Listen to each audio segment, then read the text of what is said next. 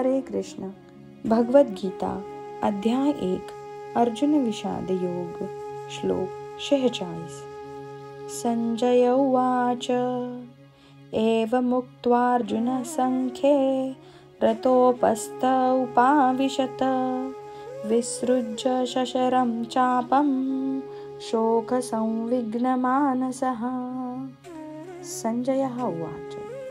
संजय म्हणाला, एवं याप्रमाणे उक्त्वा बोलून अर्जुन संख्ये रणभूमीवर रथात उपस्थे आसनावर उपविशत खाली बसला, विसृज्य बाजूला ठेवून, सशरम बाणांसहित, चापम धनुष्य, शोकाने संविघ्न पीडित, उद्विग्न शोकाकुल, मानसः मनामध्ये. संजय म्हणाला, रणभूमीवर याप्रमाणे बोलून झाल्यानंतर अर्जुनाने आपले धनुष्यबाण बाजूला टाकले आणि अत्यंत शोकाकुल होऊन तो रथामध्ये खाली बसला.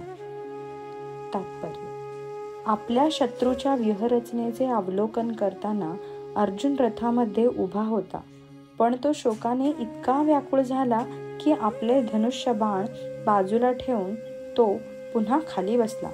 भगवत भक्तीमधील अशी दयाशील आणि सहृदय व्यक्ती आत्मज्ञान करण्यास सर्व प्रकारे योग्य असते.